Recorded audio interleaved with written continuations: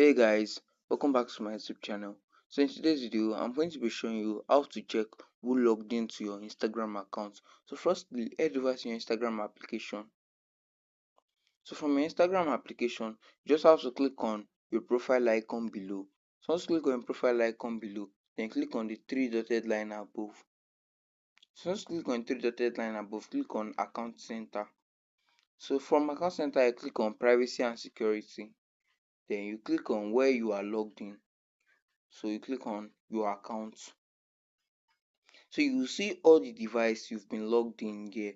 So if you see any device here that is looking suspicious to you where you have not logged in, you can just do yourself the favor by clicking on the device and logging out from the device. So that's just how you can easily do this, guys. If you find this video very helpful, don't forget to smash the like button and subscribe to this channel for more amazing content like this. Thanks for watching, guys.